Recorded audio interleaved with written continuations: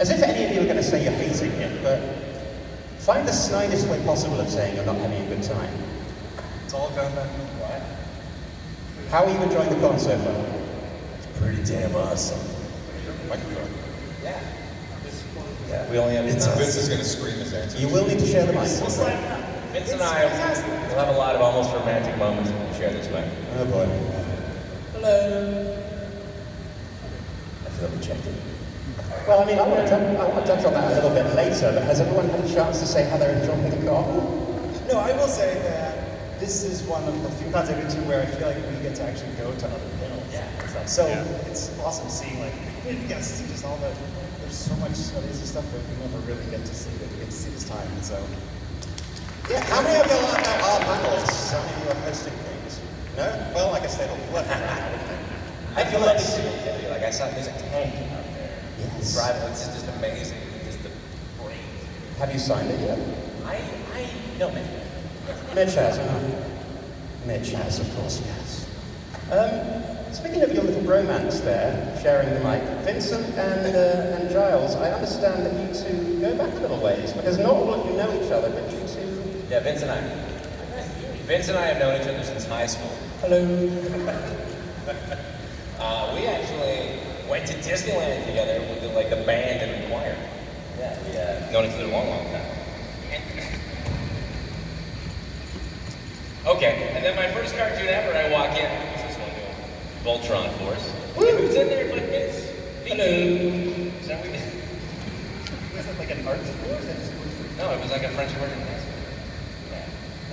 Oh, no, for the arts, we had a riser. That was our stage. Yep. Sounds as impressive as it is. Anyways, Vincent and the choir were misfits, so they wouldn't let them sing on stage at Disney because they kept misbehaving. So I got to play the Titanic theme song with the old drums.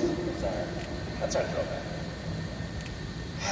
All right, so let's talk a little bit about how you first got involved with Pony, and I want to take it back to, childhood. Were you aware of My Little Pony as a thing? Were you fans of My Little Pony when you were little, or when you were even older, or was it, the first time you started working on the franchise? Was that your first exposure to My Little Pony? And we'll start down at the end with Mitch. It's very hard to hear. It's like Charlie Brown adults. Tell me about your first experience with the My Little Pony franchise, please. Not just working on it, but when did you first become aware that there were candy-colored pastel ponies being sold? It was just a part of American society in the 80s, like My Little Pony just existed. Yeah, like Rainbow Bride and Strawberry Shortcake. Pastels. But I feel like it was all in a bucket of things that. They just are. Yeah. I had a Rainbow Bride bedspread. Yeah. I don't play with Giles, buys all that merch. That's what I was aiming for. I want one of you to confess to being a fan when you were little. No, I did not like Own it. It's a good thing, right? Who doesn't love candy-colored magical ponies? Oh, come on. Who doesn't love candy... I'm going to do that one more time. Who doesn't love candy-colored magical ponies? Thank you. You just made them cheer for who doesn't love candy-colored melon. Yes, but I was asking in a sarcastic way. All right, fine. The writer will point out the logical error in the sentence structure, so let's go back to it. Who loves candy-colored magical ponies?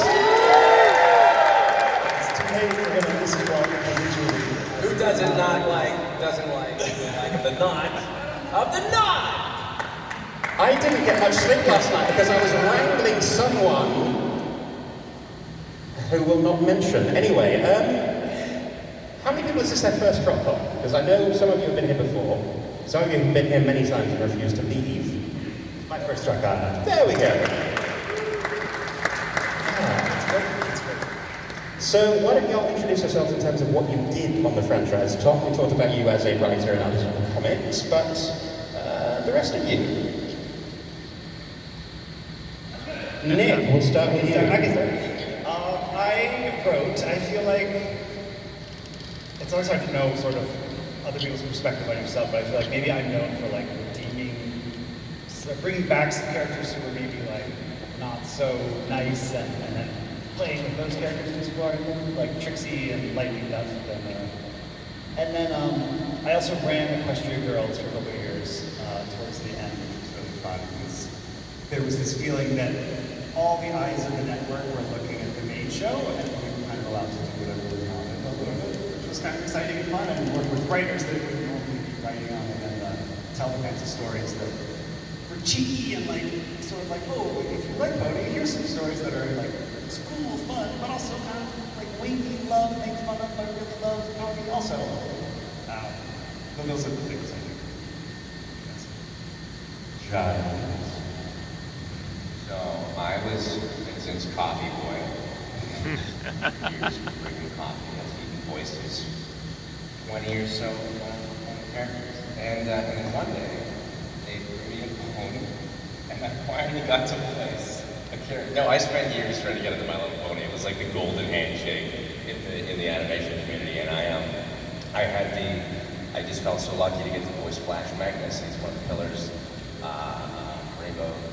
Yeah, just Descendants, but yeah, for me, I loved it. I kept, I don't know how many auditions I did, but finally I got to do that. It was great to finally be there, and then more excited to get to be a part of this. Frankly, I never thought ever that I would get to come to conventions. It was TrotCon that invited me during COVID, one of the remote cons that were going on, and that's how I got to hang out. But yeah, I'm still Vincent's coffee boy, so that's going well.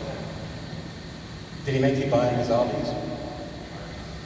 Arby's. Yeah, so I got hired to do voices for My Little Pony because I had really long bangs at the time. So they were like, hey, we have this character called Feather Bangs. Do you guys know Feather Bangs? Yeah. So they're like, you gotta sing a song. So I was like, when you appear before me, my heart's a beating, stars across the sky to come see what I will see, and you roll the world and made me believe I could fly. Oh, and so I did that, and they're like, we're gonna put some auto-tune on you, and I was like, I'm down, and I got the job.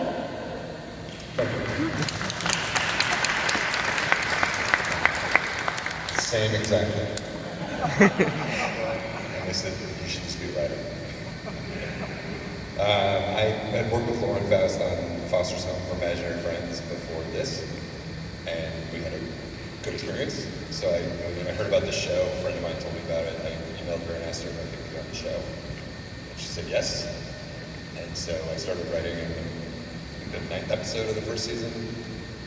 And I did a bunch of 1, 2, 3, did 4, and then story edited the first half of season 5. And then you came back for one episode in what, season 8, 7? 7. We don't talk about that episode, do we? I mean, there's some good stuff in it. Arguably. So the reason I ask these questions, I know a lot of you know the answers already, but for how many people is this their first experience at a My Little Pony Con? Awesome. How many people this is your first chance actually to hear answers to these questions from these guests, even if you've seen them at cons before? A few times as well. So it's good to get the basics out of the way, I think, but well done all of you. For some reason I'm that's right. How about we switch to questions from all of you? We'll take the pressure off me and put it on all of you. We have a microphone there. If you would like to line up, if you have questions for our wonderful VIPs, please keep them polite. Please keep them in terms of stuff that they're going to be able to talk about. Also, Tom is on Who Wants to Be a Millionaire, so they can be trivia questions. They can. No pressure, you don't have to. Or if you have a question that you would prefer someone else to ask, you can throw a hand in the air and I'll swing down there. But yes, and introduce yourselves if you would like. Say who you are, where you're from. Hi, I'm Natalie from Ohio. Madeline from Ohio. Natalie. Natalie, oh, Yeah. can't hear it. My question is, what happened to the human sunset shimmer? Not the one from the pony world, but the duplicate. I know the one. Tom? That's a really great question. I actually really wanted to explore that with a special. I was kind of sad we didn't get to going with Equestria Girls because I thought it was a super interesting question. And I thought it would be really interesting, because what's interesting about Sunset is how she's constantly grappling with like bad things she did in the past that she didn't realize were maybe that bad at the time. So I thought it'd be really interesting to find out, oh, when I came here, I displaced Human Sunset to some cool place that we're going to go adventuring to find or something like that. But you'll have to just write a thing. It's reading it to make it. But I really wanted to. So I don't know, but it's out there somewhere and needs your help. Have you heard any fan theories about that? Do you have a favorite theory? Have you heard any fan theories about that? Do you have a theory of your own? Everyone seems to think the other sunset killed her or locked her in a closet somewhere. And it's dark. What I said isn't heaven, so I'm just saying it could be anything. Why is the fandom answer, oh, what happened to this character? Oh, they got killed off. That's the spirit of the show. No, that's fascinating. Yeah. Thank you so much. Next up. You can adjust the microphone if you need to. There we go, is that going to work? Yeah. That's going to work. Hello, very tall. I'm Hamish. For everyone, what do you think of G5 specifically? How would you contribute to it if you I mean, I would put Flash Magnus in every episode. I think that'd be a great addition. I think it looks nice. I like it. I would love to do Equestria Girls of it. Equestria Girls Gen 5. You'd all watch that, right? Yes or no? Be honest. Yeah, you'd give it a chance, right? I mean, you gave Friendship is Magic a chance. Honestly, IDW went through editorial changes, so I'm not working on G5, so I haven't watched a lot of it. I'm kind of doing the Shatner. I haven't watched Next Generation thing yet. But if they had me write it, I would watch the hell out of it. I was, for a brief moment, going to do something on G5, but the timing didn't work out, and they kind of ran out of episodes, so it didn't happen. What's G5? Like the new MLB shows. Oh yeah, I don't watch it. I don't watch that stuff. The old Power Rangers? Yes. No. No, I've seen a couple of stuff. Some episodes. Yeah, that was cute. I don't know what I would contribute to it. Probably not much. So just like G4. That's right. Thanks, Mitch. Really encouraging people in this community. Yeah. Over here, not so much up here. Thank you. Thanks, Amos. Thank you very much. Next up. Thank you all for coming. Yes, the man from Space Force. This guy's awesome. So I was just curious, what's your favorite or your craziest con experience? And just curious if any of you all are crashing any of the panels tonight. I think Mitch could probably answer craziest part. Well, one of the wildest was the BronyCon, probably 15 or something. Tom was talking about this yesterday. I never knew the origin story, but a bunch of us got to go to the White House and get a private tour from the Secret Service because of My Little Pony. The Secret Service was there doing this thing where you sign your kids up to get their fingerprints as they get kidnapped or whatever. Didn't say that right. And we got to go to the White House and they took us to the press room and the West Wing and all that stuff. And I almost had my phone taken away from me because I was taking pictures. At least you weren't signing things. That was quite cool to go to the White House.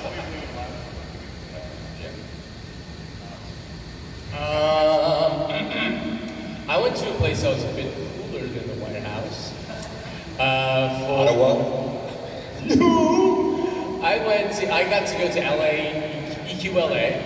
I think it was one of the last ones, and for the top tier people, I think it was like 3 people that bought this kind of like special package.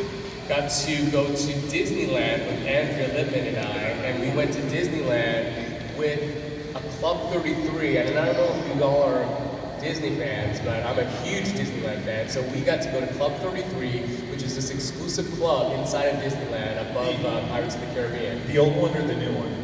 The new one. Okay. Yeah, which I haven't been to the old one, but the new one is very beautiful. And so as a long-time Disney fan, I was just blown out of the water to experience this and be like, this is what I get to do with the bronies? Like, this was amazing. And we had a VIP tour guide that would take us to the front of the line and have like exclusive seating for the Fantasmic, for the fireworks. It was like magic. And the fans that came to experience this with us, they're like, this is our first time in Disneyland. And I'm like, I'm so sorry, it's gonna be terrible every other time. This is phenomenal. And your photo wasn't still on the wall from last time in high school? No, it was not. Yeah, it was out. It was out. We took that photo.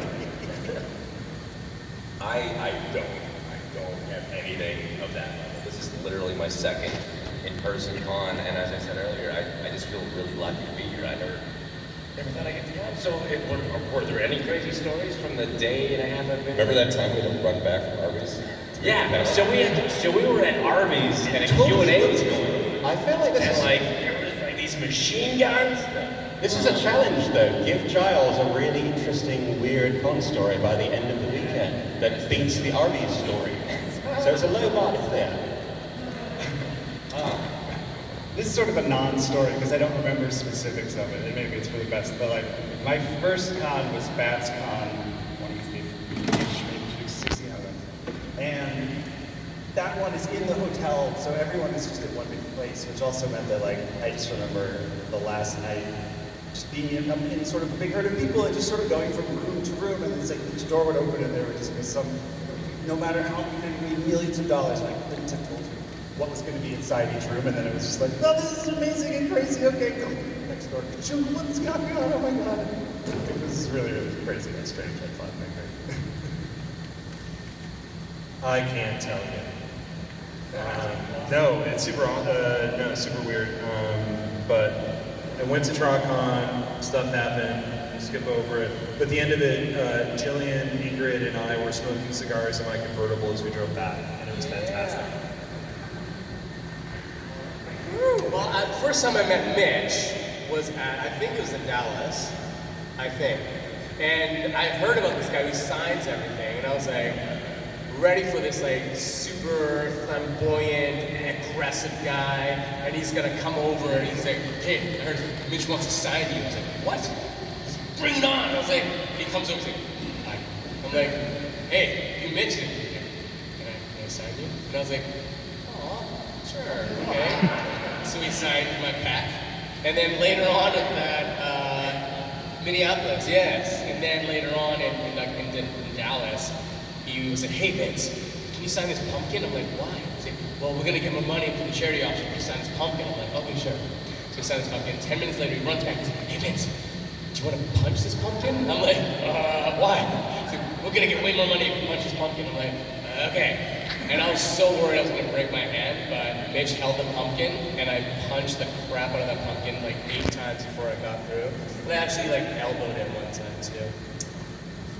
Punch me in the stomach through the pumpkin. Yeah, that's fine. Can I mention one more really quickly because I just remembered it? It's from early on. I got invited to a convention in Paris, which was already mind-blowing. So we flew to Paris, and then I did an on-camera interview with the BBC in Paris about my little pony. That was incredible. All right. Hello, everyone. My name's Dan. I'm listening from Toronto.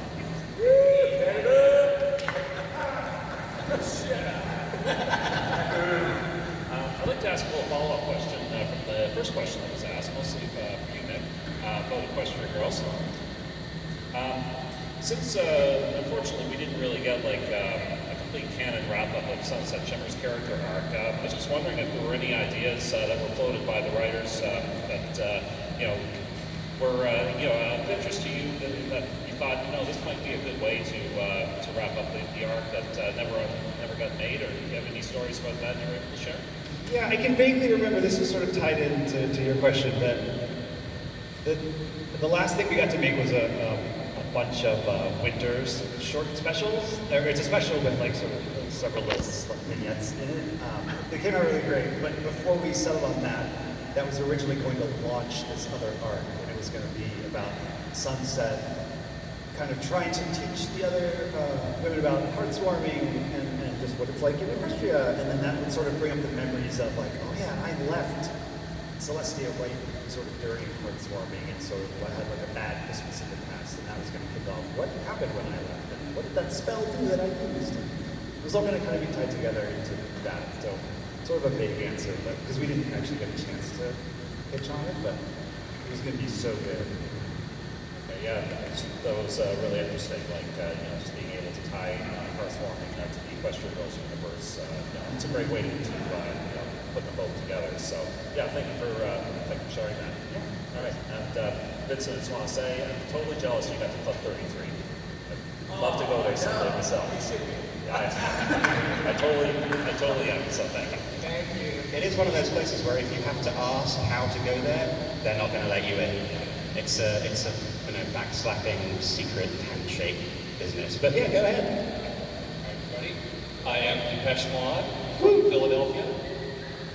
Great to have everybody here. Some faces I've seen kind of recently, some faces from years ago. It's great to have everybody here. Thank you for coming. My question is, have you ever had an idea for an MLP cross something? Like I've always wanted to see Fraggle Rock cross with MLP.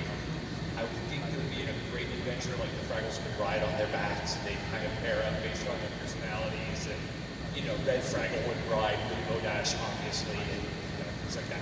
That's always been my idea. You guys ever had it? Yeah, I personally would like to see an MLP and Doom crossover. Doom the game, where you find out that the Doom Slayer is actually a pony, and it's just the most like the lens lifts up. It's like I think that would be amazing. Yes. Awesome. Exactly. This isn't exactly that, but I have a scrap on my computer. It's like a Word doc that has just one sentence, and it was also something I wanted to explore for Question Girls, which was just David Bowie from Labyrinth would steal something magical. And it wouldn't literally read that, but it's just a character like that. But that's sort of like, it'd be cool if it literally was. We got robbed that we never got to see that. So, does anyone know Dirk Wood from IDW? It's okay if you don't. So I was on a panel with him. He was the editor, one of the editors at IDW, and he was announcing that IDW was going to have Mars Attacks attack all of the IDW books, but he wouldn't say which one. And I turned to him and I said, My Little Pony, that's a pitch. And he's like, if you can write it by the end of the panel. And I did. I did it on my phone. I sent it to him. The Mars Attacks people come to My Little Pony, come to Equestria, but because of spells that Celestia has, they can't use weapons. So they just wind up getting in bigger and bigger pie fights. Because they can't kill people, they learn to live with them, and they become better people, and they learn the lesson of friendship, and they go back to their normal universe and immediately get killed by the other Martians.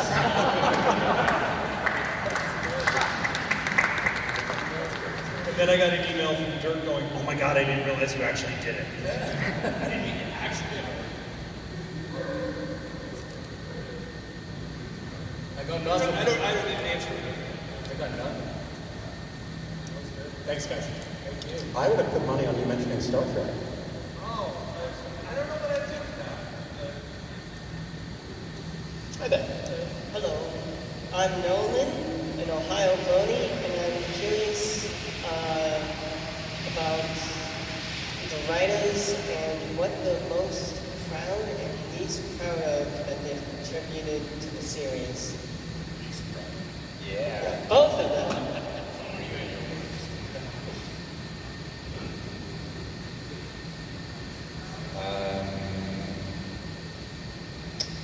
I guess the one I'm most proud of is the Return of Harmony, because it's just cool. Gift to all future writers. I mean, Discord. You can sum it up in one word. Discord. Yes? Discord? I hadn't seen it in a long time, and Full Papers and I actually watched it at a different convention. And watching it, I was like, this is really good. I really like this. So I was happy with that. Yeah. My worst? Wings. Just say wings. I don't know, they're all amazing. It's That's tough. something I feel like we generally do stuff we weren't proud of. Yeah. That's for you guys to debate. We can change it up a little bit. We can say, if you're all right with it, we can say stuff that you wish you had more time on, that you weren't as satisfied with as you thought you could be, but...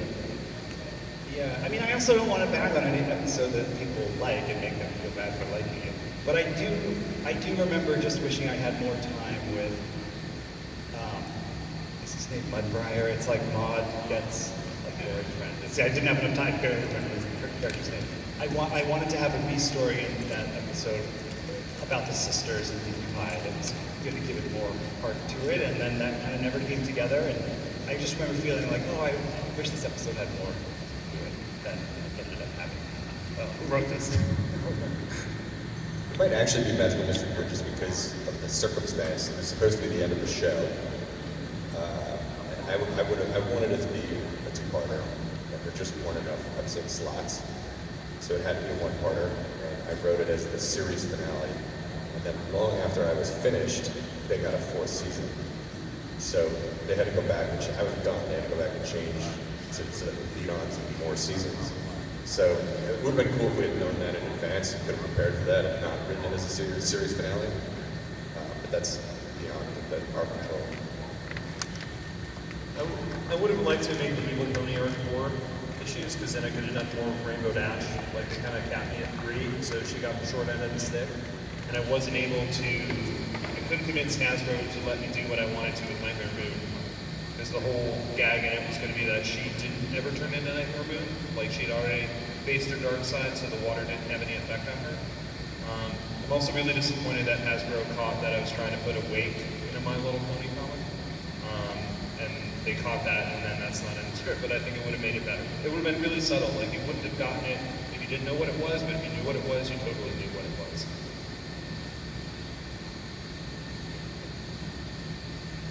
Just wanted to wait for it. Nick, you want to try it over? It's okay if you don't want to. What did you? Try it again. More to say on this matter. All right, well, thank you very much. I know it's the last, what you're most proud of. That's what I was thinking. Yeah, that wasn't that's like any therapy. I'm proud of things too, I swear. I'm proud of, I really like in Equestria Girls getting to go back to Equestria and have ponies in the show that wasn't supposed to be on ponies anymore. I thought it was a pretty cool bait and switch that I was proud that we got to do. And in the show itself, I really liked getting to write episodes with Discord and Spike and Big Mac, which sort of was like this vague jokey thing we talked about in the room every year, like, oh, boys episode, oh, that's going to be so fun. And then getting to actually find a way to like literalize that and make it meaningful and still feel like the show. Pretty cool. I'm proud that I bought Water Bath back. And I have a line in one because I like making people cry because your tears keep me young. And there's one where Pinkie Pie's sister is going to go away to college for like 2 years and she's all upset about it. And I needed to have a scene where the pony, like in my outline it said the pony's convinced her to throw the party with cheese sandwich for her sister to leave. And it kept breaking and it wasn't working, no characters were working. And then I wrote that Applejack went up to her and said, Pinkie, I know what it's like when people leave. And it kills me and I love that line. Thank you. Classic outline, like, they convinced her.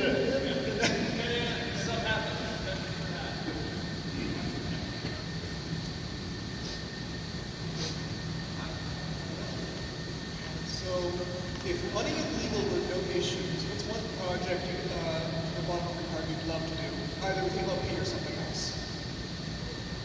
Part again, if money Money and legal, like you had the rights, you had the funding, you could do anything that you wanted. LP or otherwise, what's one project you really love to do for the bottom of your heart? Well, rights, funding, and they weren't going to end up getting sued for whatever they came up with? Yes. Perfect. I think I would want to go more.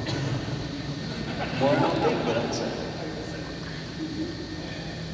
I have some immediately I know. There's a comic series called Brew the Wanderer that I would love to do as a TV series. And a video game called Golgo 13 that was about East German spies. It was so awesome. I wanted to do a movie of that. want to do a James Bond musical. Do you have any songs written? I mean, do you want to demo some? No, I haven't thought that far, but they would probably sing a few songs, have a little tap dance battle. You know how James Bond movies go. You've been watching different ones than me. Stephen King's The Dark Tower series. I'd like to play Eddie Dean. I know they're developing it into Eddie Dean, anti-hero, man. But yeah, they're developing it into a series right now, but I'm definitely not in the running for that. But if I had all the power of money, I'd love to. I would love to bring back Pushing Daisies as a comic. Because I think that, I just love that show so much. It was so visual, I think it would actually translate. Yeah, I would have loved to have done that.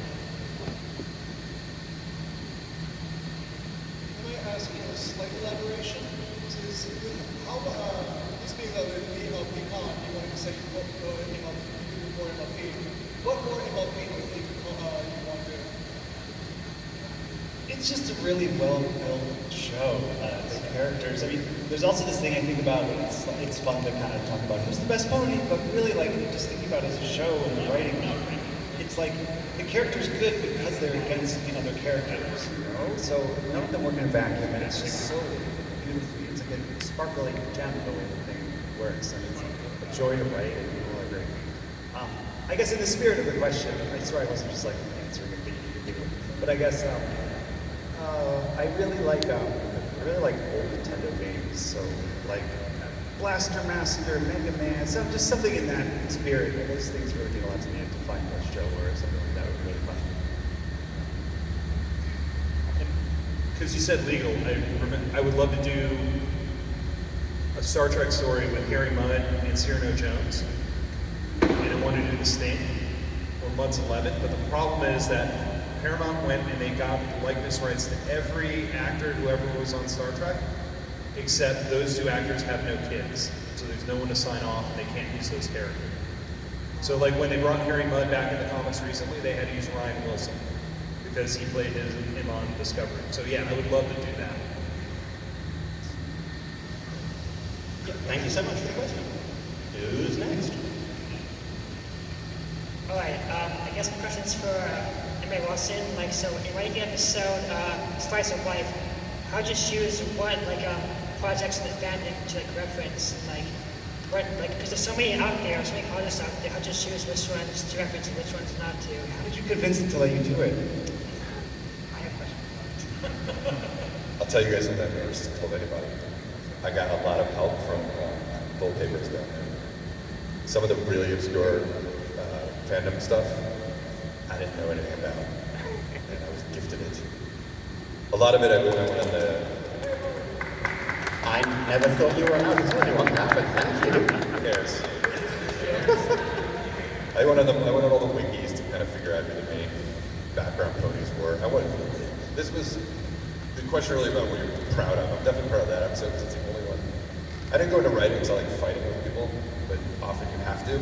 That's the only episode I really fought with Hasbro because they wanted to kind of just do the normal episode with background ponies. And I was like, you guys, this is a huge deal. Like, this is totally different.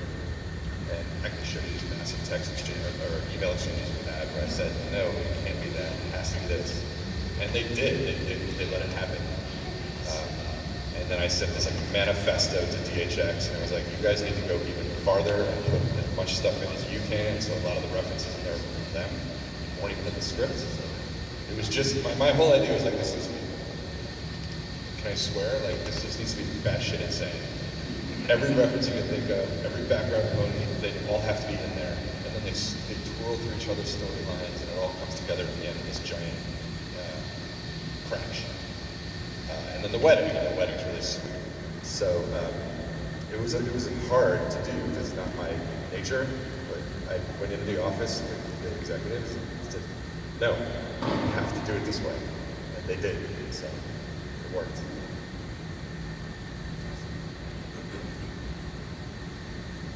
Hi. Hello. Hi. It's my son. So, I this is really funny. I'm actually not a pony fan. Oh, I'm shocked. Shock. I know. Loved it. You know, showed it to my daughter. My son got hooked. So I'm here to support him and to join in one of the cons and to see what it's all about. But I am interested in voice acting. So I was asking him earlier, like, what would you give somebody if they really wanted to have a start in voice acting? And because now I'm a homeschooling mom that's phasing out, trying to figure out what I'm going to do with my life now, you know, and devote my life to my children. And I can still use my voice. So I was just wondering, like, what, besides what you see on YouTube, like, what else do you think, like, how did you get involved with it? And what would be some really helpful hints of, like, somebody who just wanted to start out? What do you think? I would say record yourself a lot. Record myself a lot. Yeah. And then With, like, different, like highs and record lows yourself and all doing different- anything. Any kind Read of- something, listen to something, record yourself. Compare yourself to what you're listening to. Is it Okay. good? Is it bad? Is it on point? Do you hear exactly what you think you laid down? Because sometimes a lot of people will listen back and go like, oh yeah, that's exactly what that's like exactly the same as Rainbow Dash. Okay. And then somebody else will listen to it like, that's not even close. So you got to realize, do you have the right ear for it? Are you putting out exactly what you think you are putting out? So doing that stuff, doing improvisation, some improv classes is great. Watching tons of cartoons is awesome. Different genres of cartoons or commercials if that's your thing, or audiobooks. But recording yourself is such a huge thing. I used to do a lot of tricking, a lot of like gymnastics, martial arts stuff. We would record ourselves all the time, not because we're vain, we are, but we also can tell what we're doing wrong at that point. You think you're doing something, but you're like, oh my gosh, my arm isn't here, my leg isn't here, I'm jumping way too soon, I'm arced too far. Same thing with voice acting. Okay. So if you're recording yourself and I'm like, you know, coming up next on Fox News, and you sound like, coming up next on Fox News, and you're like, that's not what I think I sounded like, that's totally wrong. So you have to be very honest with yourself and really be your own critic until you have a chance to, you know, put yourself forth to somebody professional. As well as just like Voices123, Voices.com that you can go on to for beginner stuff if you wanted to start out to like audition for things. And then, like, I used to be in acting, like, back in the day, in the 20s, when I was in my 20s. So, my question is, like, how, like, after you kind of got your voices and you kind of figure out, like, what you can do with your voice, like, how you can make it, like, sound differently in different characters, like, what do you do afterwards? Do you get an agent, or do you just kind of, like, start, like, putting it up on YouTube? Everything. It's up to you. It's up to you. There's like not one answer to do these things. It's like there's people that put it on YouTube. There's people that just do TikTok. There's people that get their demos done and then throw it to agents. There's people that get it done and throw it to union agents or non-union agents. So you got to do that research to find out So what it's you just a want luck to of do. the draw, right? No, it's not. Well, I don't think so. I think it's all of the stuff. It's you gotta get lucky sometimes, but it's gonna be a lot of hard work, right? So like for me, when I first got into it, Sushi Pack was my first cartoon, and I was like auditioning, not getting anything. Until I realized when I got my first part, I played this tuna called Toru. He's this big fat tuna guy, and he wore kind of like diaper stuff, and so it was this guy's voice, yeah. And I went in there, and I realized that all of these people. There's a guy, Sam Vincent. I don't know who it was. He was probably like 40-something, but he sounded like this. And he still sounds like this. And it's 20 years later. And he's been doing that voice since I was a kid watching him.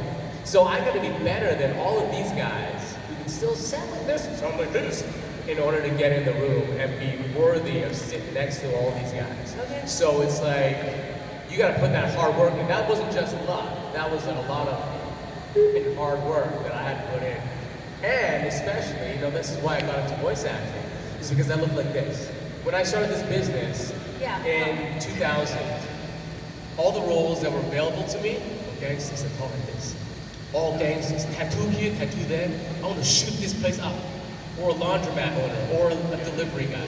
The first part I got on TV was a delivery boy that was named Yoshi. I'm not even Japanese. So that's the stuff that I was only allotted in life. So I had to break down all these barriers to show them that I can do way more and prove to them that I'm talented enough. And so it's not just luck, it's a lot of hard work. Awesome. All right, well, I'll let you get back to your pony people. Thank you, guys. you and for supporting your family and their wonderful interests. So,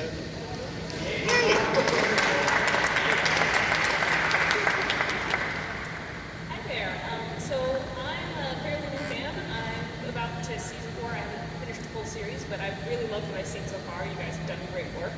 And I just have a question about Applejack as a character, because I find her really interesting as the element of honesty.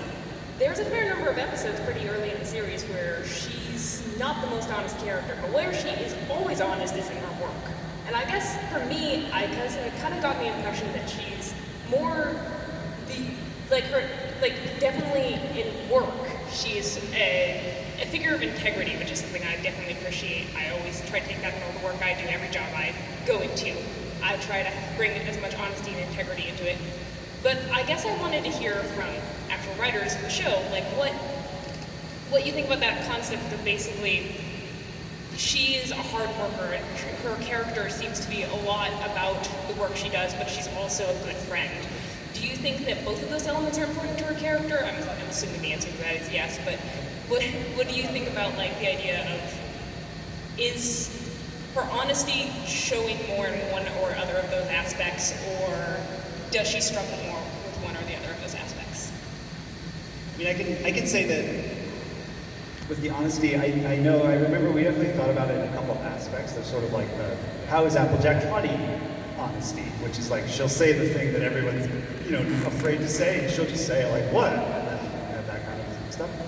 And then also in the moments, the more heartfelt moments, that honesty would manifest as like, maybe telling a friend a hard truth to hear that is actually very important, or something like that. That's, hard for anyone to say, that she could model that kind of thing.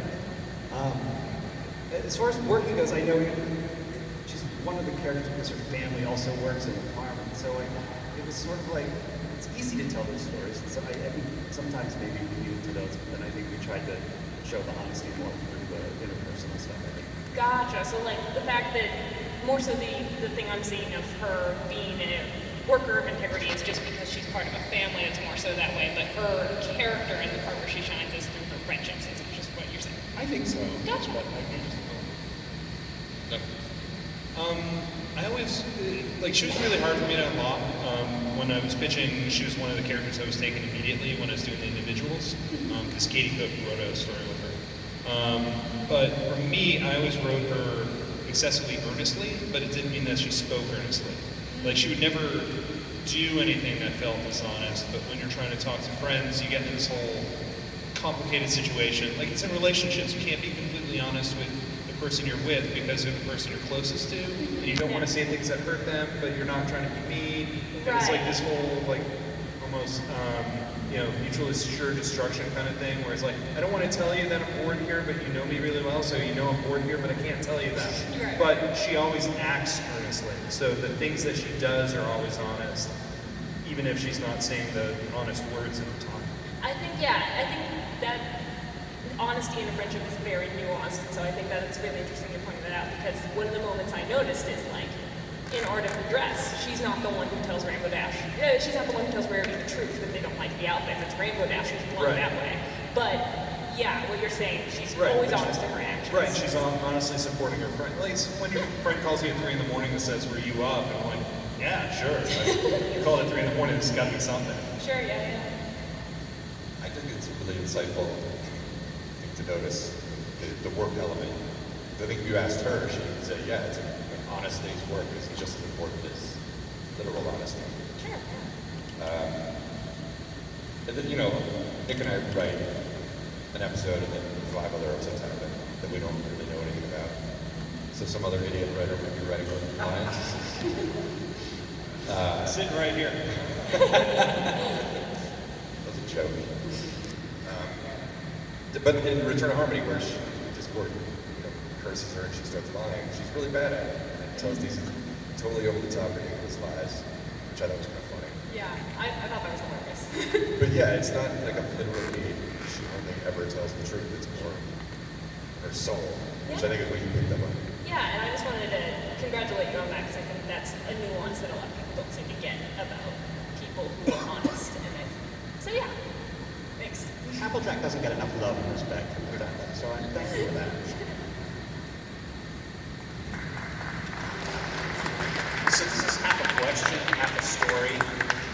swing at Mitch because you wrote the 100th episode. So did you specifically, I don't know if everybody's, if you catch it with the bowling ponies that are modeled after Big Lebowski. Thank you, Big Lebowski. The bowling ponies, when they are in the bowling alley, it's all three of them. But at the wedding, it's just the two of them, and they have the coffee can, which, if you know the movie, is the third character. Did you write that bit? Yeah. Oh, okay. Because that bit, I actually had a conversation through the mail with Patton Oswalt. Are you familiar with the comedian Patton Oswalt? Who voiced, thank you, Quibble Pants.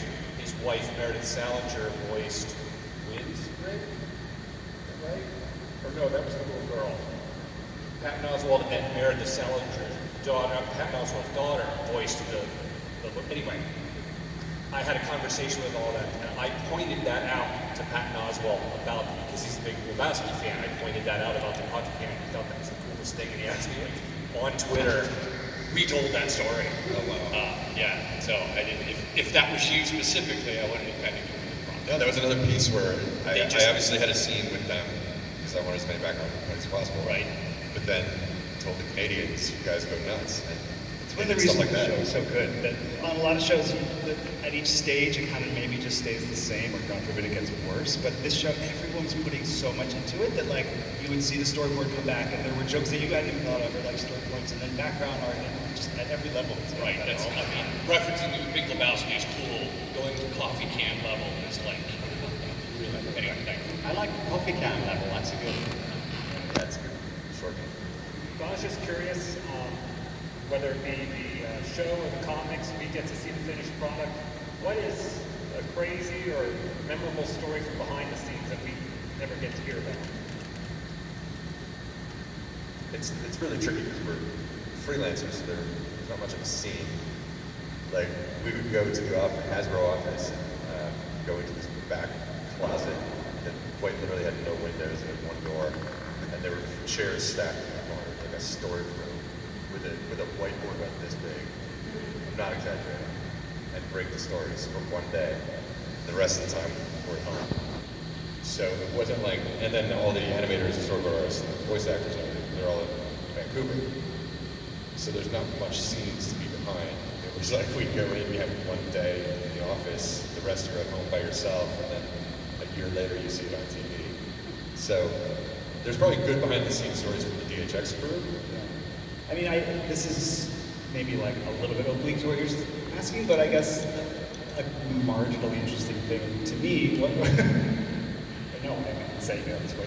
No, but I think one of the more interesting episodes I read that I really like how it came out is Saddle Row Review, which has this very different format of the show, and it's like money, and the story is pretty simple, but the process by which that one came about was that we were actually in trouble because the original idea, I think, was like Rarity opens her boutique, gets into a competition with the place next door, and I just remember, the part that I remember, the note that derailed the whole thing was like, in the outline, I read something like, and then she tricks her competitor into getting on a boat, and then the boat sails off to Pony, China, and she never sees her again.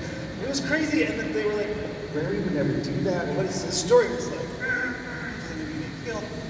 and so I didn't write a draft of it, but to go into script, then we had like a week, and there was just like a Monday morning phone call that was like, what if it was just like, the place is a mess, everyone tries to fix it, they all make it worse, so then they try to do it the Rarity way, and then it gets better. So they do whatever the order is. It was very simple, and then it just became every single character, joke, and it came out, I think, a lot better than it would have if it was the other version, which was really bad.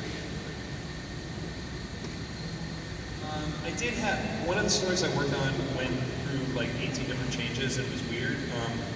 I got to attend a Sherlock Holmes convention in New York, and every year they focus on one of the stories. And the one they focused on was The Mystery of Silverblaze, which is the one that has the dog that doesn't bark. And I'm sitting there, and I wasn't a Sherlock Holmes fan, I was going for my girlfriend. I mean, I like Sherlock Holmes, but I wasn't deep into it. So I'm sitting there, my brain is wandering a little bit as they're talking about horses, and I go, I write about horses. So I pitched this idea for Twilight Sparkle having a Sherlock Holmes adventure that's essentially the Mystery of Silver Blaze, but with Twilight Sparkle, Sherlock Holmes. Right, yeah. I hate pony names, I'm so bad at them. And Spike is Watson. And I write this story, and they're like, okay, we like it, but we really want to use Pinkie Pie as Sherlock. I'm like, okay, well that wasn't what I was thinking. Like I thought, you know, Twilight works better. And like I rewrote it in the middle of the night at Denver Comic Con because it was due the next day. And like I tripped on luggage and banged up my foot and got the whole thing done and sent it to them. And they said, oh wait, we thought you were right. We want it to be Twilight Sparkle. And then I had to rewrite the whole thing again and get it done again. And I still think it came out really well because it's actually got one of my favorite funny moments because you can't kill a character in it, weirdly. But also because the horses were the main characters, you had to have something else for the race. So I brought Tank there, and it was tortoise races. And I have it narrated like it's the most exciting race ever. And they're going inches at a time. They're like, oh, he's pulling ahead. And Spike is just through the whole thing going, I don't, but they're so... Yeah, that's one of my favorite bits. But yes, rewritten 3 times. All right, thank you. Very much. Hello. I have a question for the writers. Is there any point that you ever like look back at something you wrote and was like wanting to do like a revision of it, more in hindsight, like something that you wrote that you think about over time, and you're like, oh, what can I have done? Like, can I have rewritten this better, or what can I have added to it? Is there like any specific examples of that you may have? If that makes sense. I'll start calling on people if I have to. Mitch? I can't really think of anything on My Little Pony.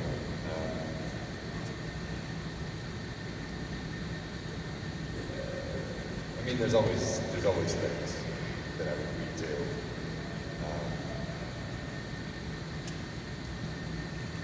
No, I mean the things that I would redo, I'd be prevented from redoing by the executives who wanted them that way in the first place. No, I'm pretty happy. I've read through some of the scripts. It's pretty good. I'm happy with that. I can't really feel that way. I think I touched on the one that I would maybe want to explore. Just give it a little more meat with some other characters in the Pie Sisters. But I got here a little late. oh, okay. It was I don't remember what the final name of the episode was, but where Maud gets a boyfriend. I just wanted to. I thought there was a cool opportunity to have more of a story between the sisters. That never really made it. No, everything I write is awesome. Spoken like someone who's not read a lot of my work. That's great. There's stuff I would change. There's like some jokes in Love and Capes I wouldn't tell now. But I try to keep in mind, one, ideally I'm getting better. Like, I won't get a tattoo, because if I got a tattoo, it'd be something I drew. And if I drew it, I would hate it in 6 months. And I think that's the way it should be. Like, you should always be able to do it better, but I want to know that I did it as well as I could at the time. So I'd rather, it's like Edna Mode said. What's the line that Edna Mode has? I don't focus on the past, I focus on the now. So yeah, my next one will be better. Okay, thank you. So this question is more for Nick. What was the inspiration behind the episode No Second Chances? I think it started really simply in the writer's room with, we were talking about what are we going to do with Stars and Glimmer a little bit. And that Twilight was going to be teaching her how to be not a supervillain, basically, so friendship lessons and making friends. And I think the kid scene was like, well, is there anyone that would really, that she wouldn't be excited about? Like, who would be the worst possible friend for her to make? And then I think that led to, I just got really excited because I think Trixie's like, I relate to her also in that sort of like Daffy Duck way of just like, she's one of the more real, I think, of all the ponies, and then putting up all the bravado and being such a blowhard. And so it was really like, who would really test Twilight's commitment to making friends when it was someone that maybe she personally thought wasn't a great friend, and then having her realize that she was wrong was I think, the core that led to this. Thank you. Was there anything you've done as a joke that ended up in the final product? We don't mess around. Our jokes are serious. Jokes are. I had one. So sometimes I put in placeholder dialogue, and I was sending Andy Price copies of my script, and I just had to have the ponies, the main six, coming back from somewhere having had an adventure. And the script was, I said, this time we've saved, congratulations, you saved the universe again, and this time they're not going to prosecute, which is from Star Trek 6. And I'm like, it's just placeholder stuff, but that's where I'm starting. And Andy's like, you have to keep that. So yes, that Star Trek 6 reference still is in there and explains, I think there's a line about the Abyssinians being particularly litigious to try to cover up where it came from. But yes, totally a Star Trek 6 reference that Andy Price won't let me get rid of.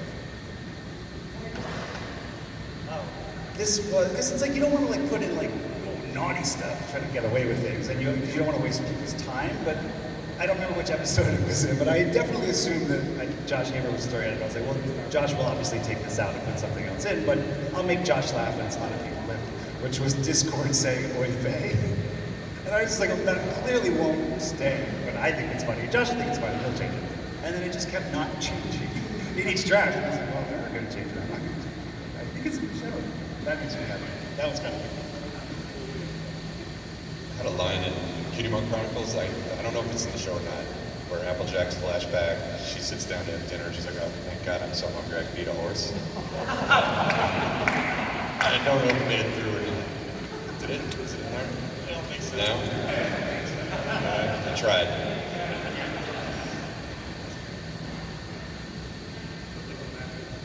Thank you.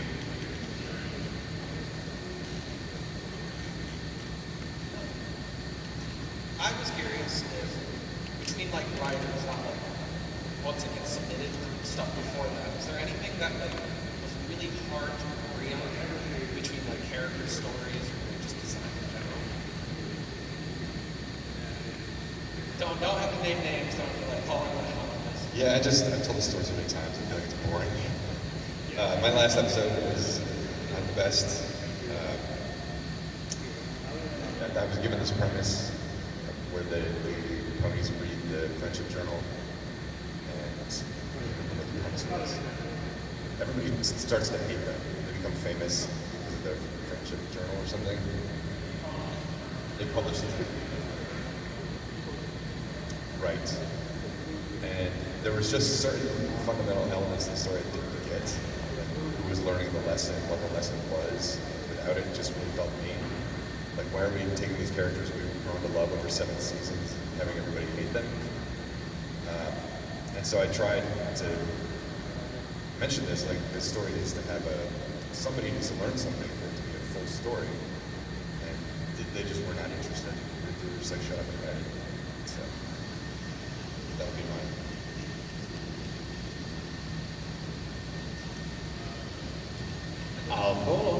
I guess I have one. I argued a lot with Josh Haber about, I think it was the last one I wrote, She Talks to Angel, where Fluttershy switches bodies with Angel.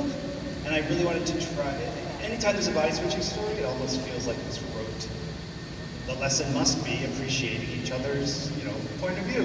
And I really wanted to see a new version that didn't have that lesson, that had a different lesson, which I can't remember what it was. And I think Josh was right, because whatever it was clearly wasn't working in the drafts, but we went back and forth a lot on like, but I think in the end it was me just kind of petulantly trying to be like, I want to do something different that no one's ever done before. And it's like, sometimes there's a reason things are done certain ways. You can be different in other ways that make it specific, but still don't not do the thing the thing is. Thank you. So in a lot of media, I hear about the warring struggles between creatives and management or corporations and whatnot, all of them. And I was wondering if you had any personal stories with that from yourself or people you know. The struggle between suits and management and the creatives actually making the product.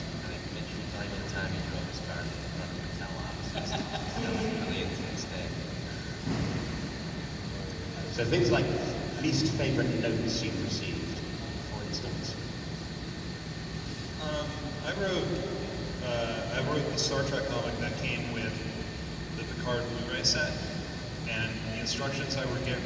No, I don't want to. Anyway, instructions I were given were to write a board story, and I pitched them 6 different board stories, and then they finally said, "Oh, okay, so you want you to do this one particular story." I said, "Great." I said, "But we don't want you to use the board."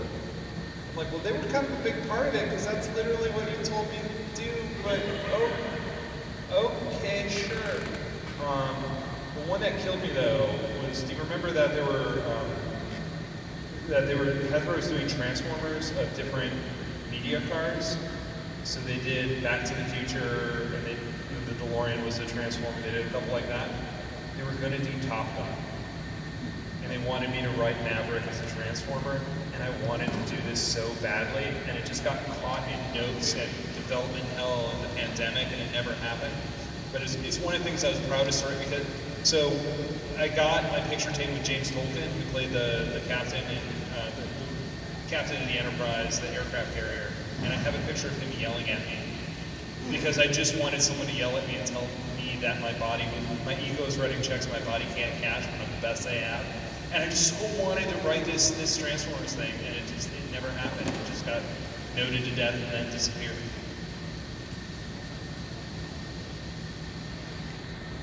I mean, I could just speak in the general. The answer to your question is yes. We talk about it all the time. So it's like if writers, our favorite thing to talk about is to complain about executives. But I feel like you can sum most of it up just in the sense that I think that the artists feel like they should have more tangible ownership in the stuff they're creating, and obviously giant corporations feel like they should own the thing that the artists are making. And I think that clashed. It's expensive to make a thing is the problem. So that was more kind of at the core of it all. But yeah, I'm not going to bore everybody. We can talk for hours about how much people are. I have a little story from when I did a show called Voltron Force with this guy. I don't know if you even know this thing. So basically, I was like a new cadet that's coming into Voltron, and I loved Voltron as a kid. I had like the robot Voltron set, so stoked that I had that, and I was like super pumped to be Voltron. I played a character named Daniel. He's like a young new recruit. Yeah, that's gonna take over these old geezers. And the creators kept telling me, "Hey, you gotta not whine so much. You can't be that whiny." And all the lines were, what was the name? Keith, why can't we do this? We can't go here. I want to do this. I want to do this. And I was like, you can't be that whiny. They kept saying, you can't be that whiny. I was like, what can I do with these lines, man? Like, I'm trying my best. So I was like, hey, you can't do this, Keith. Come on, I want to do this. I want to do that. Like, well, now you just sound like really arrogant. And I was like, okay, so it was a huge back and forth, so much so that I had a phone call outside of work that was like, hey, listen, we're gonna have to like work with you on this to get you into this. And I was like, maybe I'm just not your guy. You know, I was just like, hey, I'm giving you every single range I can, I'm taking all the notes, and it's like a constant contradiction. But we eventually found our footing and met at a common ground. But yeah, it was a bit difficult.